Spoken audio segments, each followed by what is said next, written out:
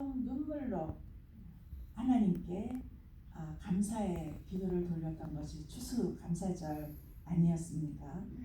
사실 우리 이민자로서 굉장히 공감이 가는 부분입니다. 낯선 땅에 하나님만 의지하고 하나님만 믿고 와서 처음 거둔 수확으로 눈물로 그렇게 하나님께 감사를 드렸던 것이 미국에 처음 도착한 그 청교도들의 정신이었습니다. 그들은 자유를 찾아서 왔고 그들은 상상조차 할 수 없었겠죠. 그렇게 핍박받던 그들이 하나님의 인도를 받아 도착한 그 땅이 강대국이 되어서 슈퍼파워가 되어서 하나님께 영광을 돌리는 그러한 선교, 제1의 선교 강대국이 될 것을 그분들은 상상하지도 못했을 것입니다. 하나님이 그렇게 우리 삶에도 역사하시는 것이죠. 그래서 우리가 청교도 정신을 먼저 생각해 봐야 되는데, 요약을 해서 얘기를 해야 되는데, 예수님 가시고 나서 한 1600년 정도는 캐톨릭 교회였습니다. 그것이 기독교 교회였죠. 복음이 로마에 전파되어서 정말 지하 성도들의 생명을 건 그러한 활동을 통해서 유럽이 복음화되었고, 전체적으로 유럽이 복음화되고, 거기에서 로마 포 교황이 절대적인 권력을 가진 그러한 중세의 왕국이, 기독교 왕국이 건설되었던 것입니다.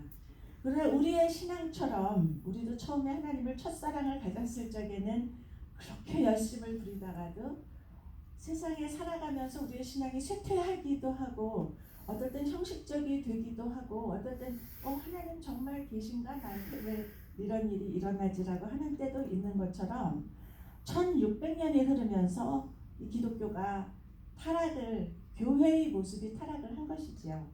그래서 천주교회라고 하는 것이 그 라틴어로 된 성경을 보통 사람은 읽지도 못하고, 또 무슨 마리아 숭배라든지 무슨 사도 숭배같이 성경에는 없는 일들이 생기고, 거기에다가 선행하는 천주교도들은 아무리 믿어도 자기가 구원되는 것을 모르는 거예요. 구원되는 걸 모르는 선행을 막 쌓아야죠. 거기다가 이제 그게 점점 심각해진 게 면죄부를 팔았습니다. 그래서 돈을 내고 뭐를 사면은 죄사함을 받는 거. 얼마나 타락한 것입니까? 그래서 용감한 루터가 91개조 반박문을 1557년에 내걸면서 이런 모든 것을 조목조목 반박하면서 솔라 피데, 오직 신앙, 솔라 스크립투라, 오직 성경으로 돌아가자. 왜냐하면 성경에서 벌어진 게 너무 많은 것입니다. 기독교가. 그래서 이상한 형태의 종교로 되어가고 있었기 때문에 루터가 종교 개혁을 외쳤고, 또 켈빈의 그러한 종교 개혁을 해서 프로테스탄티즘이 일어나면서 독일에서는 신성 전쟁 동안에 수백만 명의 캐톨릭과 개신교들이 서로 죽이는 그러한 홀리 워가 30년 동안도 계속되기도 하고, 그런 와중에 핍박받은 개신교도들이 영국을 떠나 미국에 와서 추수감사절을 지내고 이렇게 강대국을 이루게 되었던 것이죠. 정말 하나님의 역사하시면 정말 놀랐다고 볼 수 있겠습니다. 그래서 청교도 정신이라고 하는 게 이러한 정말 성경으로 돌아가자. 그래서 우리가 믿음으로, 오직 믿는 자는, 의인은 믿음으로 의하여 사는 것이고, 우리는 믿음에 의해서 우리는 구원을 받는다 하는 예수 그리스도를 믿음으로 이미 우리에게 이 거룩함과 의로움과 이러한 하나님의 모든 은혜가 주어졌고, 하나님을 알아야 되고, 하나님이 우리를 위해서 얼마나 엄청난 일을 해주셨는지 그것을 알아야 된다는 신앙의 본질로 이제 종교개혁을 통해서 돌아가서 이러한 청교도들이 나타나고 개신교들이 나타나고, 우리가 이렇게 그 신앙 속에 모여 있는 것입니다. 그러면서 새로운 세상이 시작된 거죠. 유럽에서 중세가 지나가고 근대가 열리면서 산업혁명이 일어나고, 종교개혁과 함께 르네상스가 일어나고, 그러면서 자본주의가 발전을 하게 되는데 그 핵심이 바로 청교도 정신이었습니다.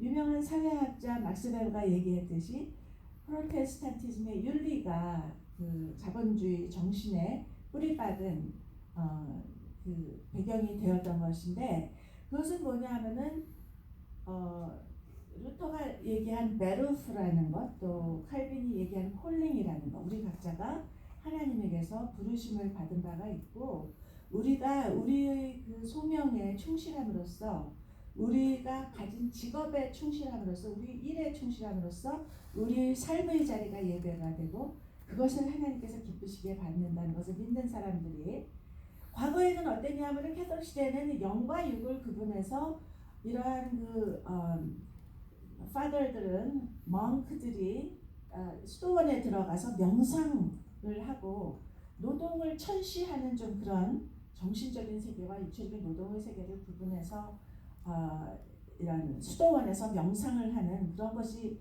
종교적인 행위였던 반에, 이제 종교개혁을 통해서 이 삶에서 하나님이 나에게 주신 이 일에 충실하고, 그래서 열심히 근면하고 성실하게 일해서, 그리고 저축을 해서 자본을 쌓는 그러한 자본주의자들이 유럽에 나타나기 시작한 것이 바로 청교도 정신이었던 거죠. 그들이 청교도였던 거고, 나중에 칼 마르크스가 부르주아라고 불렀던 것들이 바로 이렇게 하나님에게서 받은 자기 소명에 충실해서 경제를 발전시키고 나라를 발전시키고 하나님에게 받은 축복의 통로가 되는 이러한 그 개신교도들 청교도 정신으로, 거기에서 자본주의가 발전해 나왔던 것이 처음에는. 그래서 하나님의 물질적 축복을 주셔서 이렇게 자본을 쌓고 발전했는데, 칼 마르크스가 나타난 런던의 그 도서관에서 칼 마르크스가 공산주의 선언을 썼을 때는 자본주의가 타락을 했던 것입니다. 그래서 임산부가 마차를 끌고 아동을 착취하고 좀 더 자본을 쌓기 위해서 낮은 임금을 주면서 이러한 그 빈익빈 부익부 그리고 자본주의의 모순이 나타나기 시작해서 칼 마르크가 공산주의를 갖고 나온 것이고, 그때 또 교회는 사회 정의에 무관심한 채 내세만을 주장하고, 거기에서 칼 마르크스는 종교가 인민의 아편이라고 얘기를 했던 것이고, 그렇게 되었던 것을 볼 수 있습니다. 그런 의미에서 자본주의의 타락에 대한 각성제의 역할을 공산주의가 했다고도 볼 수 있는 것이죠.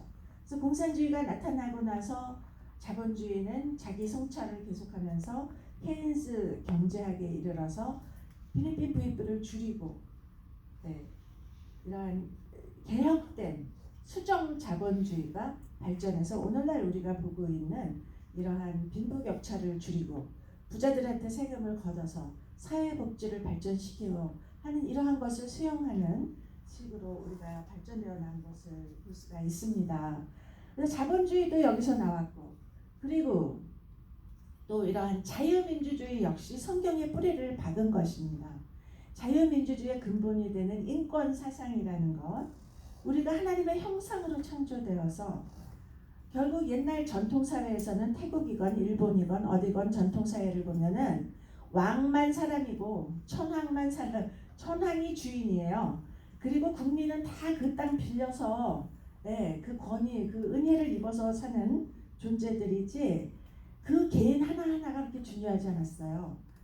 개인주의가 없었고 전체주의, 국가주의 어떤 이러한 속에서 개인의 인권이라는 거는 그렇게 중요하지 않았고, 보면은 뭐 우리나라에도 사지를 찢어 죽이고 뭐 이런 인권적인 어려움이 많이 있었던 것을 볼 수 있는데, 성경에서 하나님의 형상으로 우리 인간이 창조되었고, 예수님은 그 한 사람 한 사람을 구원하기 위해서 십자가에서 피를 흘리셨고, 남자건 여자건 유대인이건 이방인이건 종이건 자유인이건 모두 그리스도 안에 하나라.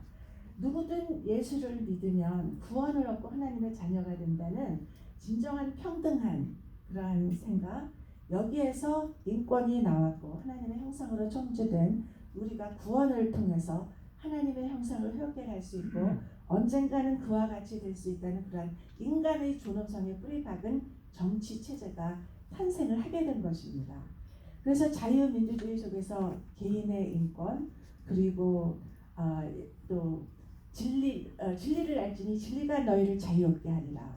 이러한 모든 하나님의 자녀를 얽매는 구속된 것에서 진리를 알고 자유롭게 한다는 것이 자유민주주의의 또한 근간이 되었던 것을 볼 수 있습니다. 그래서 켈빈은 로마서 13장 1절에 보면 너희는 위에 있는 권세에 각 사람은 위에 있는 권세들에게 복종하라.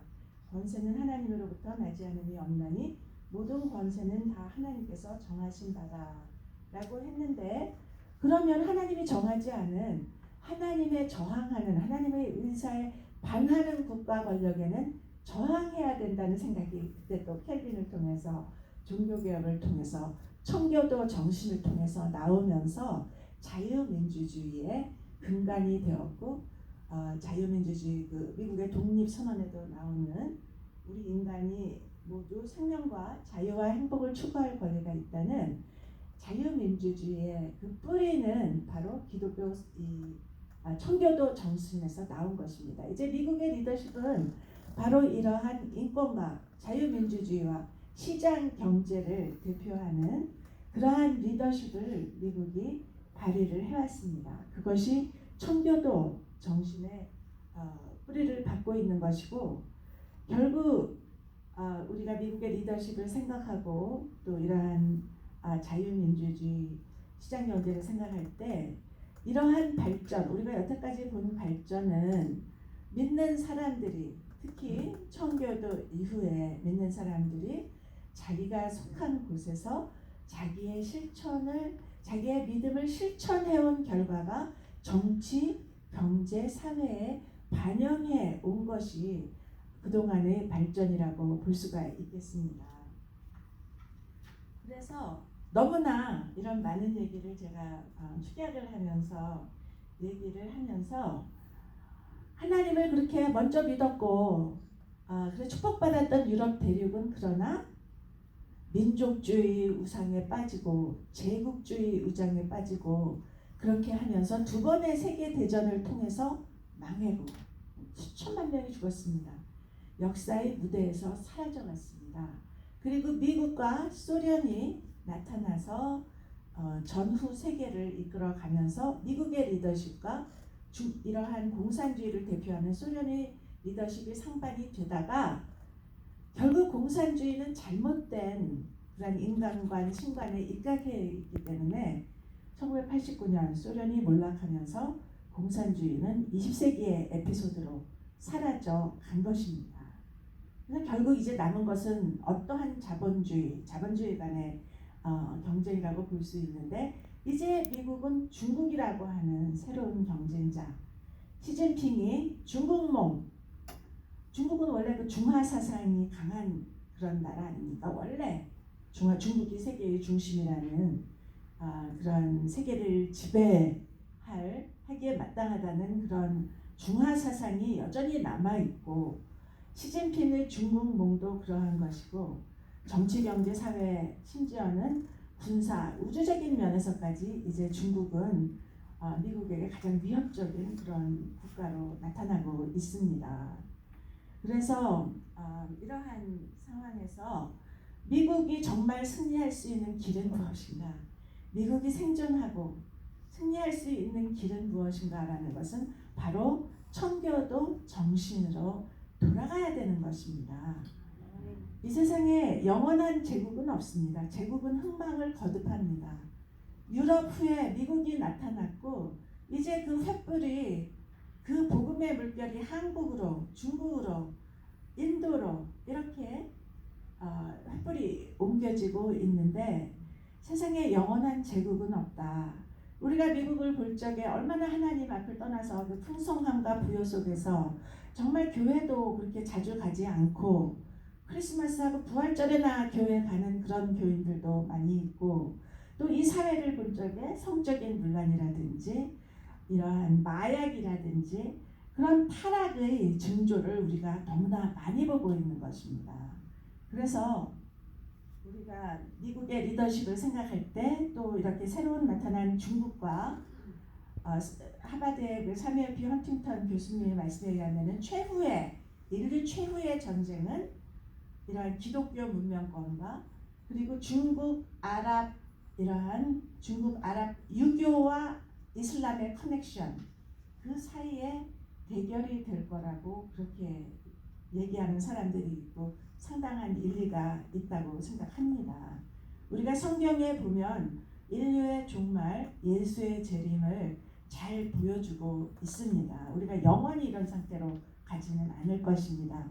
미국의 리더십은 이제 각성해야 되고 회개해야 되고 하나님 앞에 다시 돌아와서 이 땅에 처음 도착했던 청교도들이 눈물을 흘리며 추수감사절 터키로 하나님 앞에 이러한 추수감사절을 보낼 때 가졌던 그 배고픈 마음, 갈급한 마음, 하나님만을 의지하는 그러한 마음으로 돌아올 적에 미국이 지금 우리가 앞으로 대하고 있는 중국과 또 이슬람과 이러한 경쟁 속에서 미국이 하나님을 사랑하는 하나님에게 축복받는 그러한 국가로서의 그러한 리더십을 계속할 수 있을 것입니다. 그래서 우리가 추수감사절을 맞이하면서 한 번 더 미국은 stay hungry, stay foolish. 우리가 하나님 앞에 좀 더 갈급한 마음으로 회개하고 청교도 정신으로 돌아와야 되겠습니다.